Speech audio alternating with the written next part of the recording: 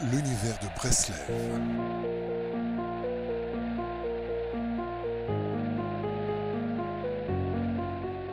Pour les petites et grandes oreilles.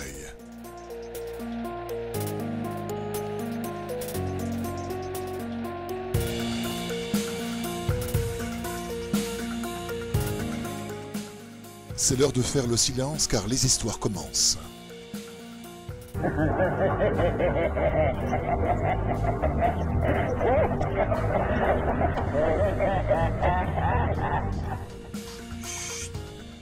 Vous êtes invités dans l'univers Breslev pour le plaisir d'écouter des histoires.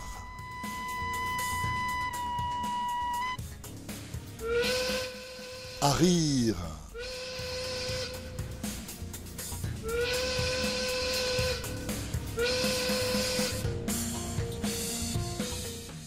S'étonner. S'émerveiller ou rêver. À écouter sans modération pour le plus grand plaisir de vos oreilles.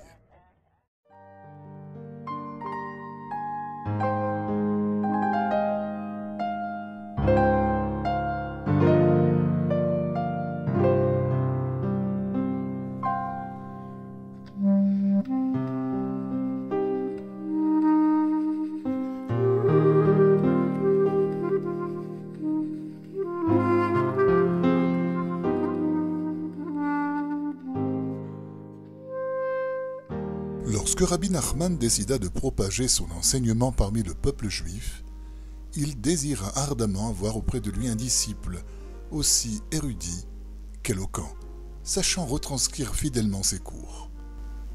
Rabbi Avraham de Pétersbourg remplissait déjà ce rôle à l'époque. C'était un bon disciple qui comprenait bien les enseignements, mais son langage n'était pas accessible à tous. Rabbi Nachman se mit à parler d'une âme nouvelle qui venait de descendre pour la première fois dans le monde.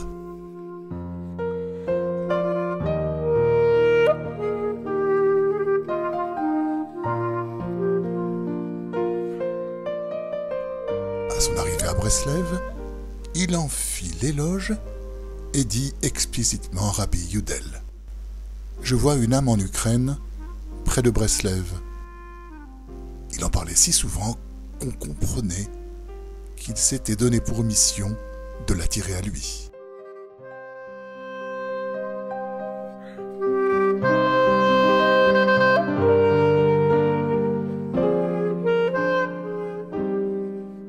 Bien qu'il eût beaucoup de disciples de grande valeur, il n'avait pas encore trouvé celui qui remplirait un rôle comparable à celui de Josué envers son maître Moïse.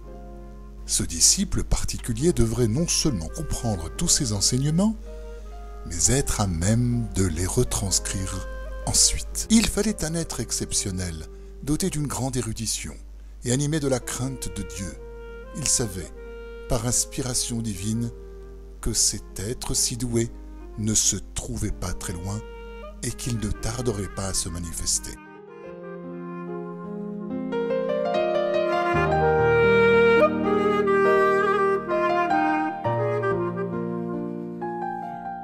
Mais qui était donc cette âme particulière, tant louée par Rabbeinu?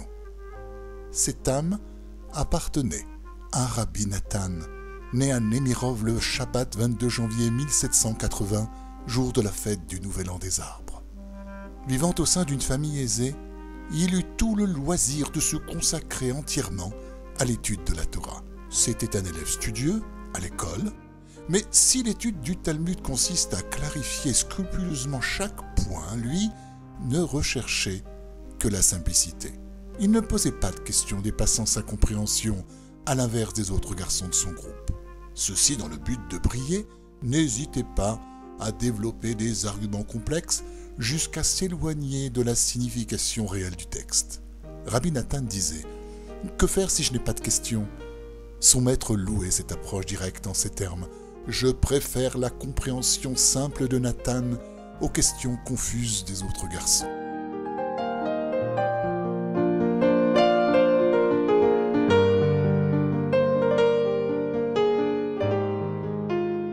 Un samedi soir, au cours du repas qu'on appelle la Melave Malka avec les disciples de Rabbi Levi Yitzhak de Berditchev, il fut tiré au sort pour aller acheter les bégalés, des gâteaux ronds. En chemin, il commença à se demander pourquoi il souffrait de tant de conflits intérieurs. Suis-je donc venu au monde pour aller acheter des bégalés? Ces réflexions l'amenèrent à faire le bilan de son existence, allant jusqu'à envier les vieux sages de sa ville, qui savaient chanter Shalom Aleichem avec sincérité et ferveur. Son désarroi était si grand qu'il oublia même pourquoi il était sorti. Plein d'amertume, il entra dans une synagogue. À l'abri des regards, dans le côté réservé aux femmes, désert à ce moment-là, il se mit à lire un livre de psaumes. Des larmes brouillaient ses yeux tant il était malheureux. À la fin du premier psaume, il se jeta par terre pour déverser sa peine devant son Créateur, le suppliant de l'aider à se rapprocher de lui. Puis il se releva et continua à pleurer sur chacun des psaumes. Arrivé au 50e, exténué et à bout de force, il s'écroula le cœur brisé. Il s'endormit et fit ce rêve.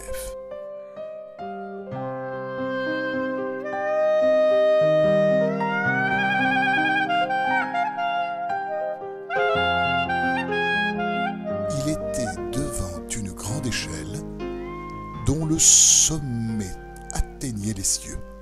Il se mit à gravir les barreaux lorsque soudain, il trébucha et tomba. Il se reprit et remonta plus haut cette fois-ci, mais retomba encore. Il persista dans sa tentative, mais arrivé très haut, il lâcha prise.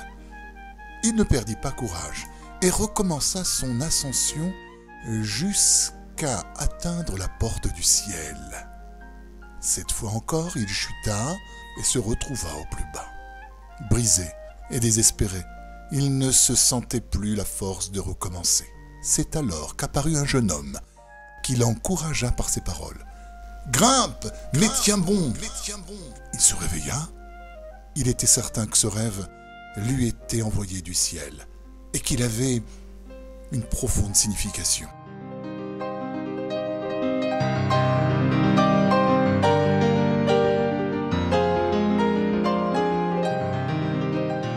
De toutes les rencontres célèbres de l'histoire juive, c'est sans doute l'une des plus importantes. Lorsque Rabbi Nathan pénétra dans la maison de Rabbi Nachman, il fut saisi d'une crainte immense. Puis en voyant Rabbeinu, la première fois, il fut très surpris de retrouver le même visage qui lui était apparu en rêve dans la synagogue de Berditchev et l'avait si bien encouragé en haut de l'échelle. Rabbi Nathan fut en outre rassuré de voir dans cette maison les bougeoirs traditionnels d'argent, car Rabbi Nachman ne se différenciait en rien par sa manière de vivre de celle d'un tzaddik de son époque. Il était accompagné de Rabbi Naftali, le premier jour où il rentra dans la maison de Rabbeinu. Ils évoquaient avec Rabbi Nachman leurs ancêtres. Rabbi Naftali était le petit-fils du Rav de Skol et de Rabbi Levitch, ascendant illustre. « Tous de bons juifs », répondit Rabbi Nachman. Rabbi Nathan, en évoquant sa généalogie, constata qu'il avait une lointaine parenté avec Rabbeinu. Il était le gendre de Rabbi David Zvi, dont l'une des 7 sœurs avait épousé en premières noces Rabbi Nachman Oredenka, grand-père de Rabbi Nachman. Ce dernier était son petit-fils, issu du second mariage avec la sœur de Rabbi Yitzhak de Drovitch. Rabbi Nathan était donc apparenté à Rabbi Nachman par Rabbi Nachman Oredenka. Se tournant vers eux, Rabbi Nachman dit alors « Je ne suis plus seul maintenant. N'y a-t-il pas longtemps que je vous connais? Seulement, nous ne nous sommes pas vus face à face pendant une très longue période. Nous en avons maintenant l'occasion. »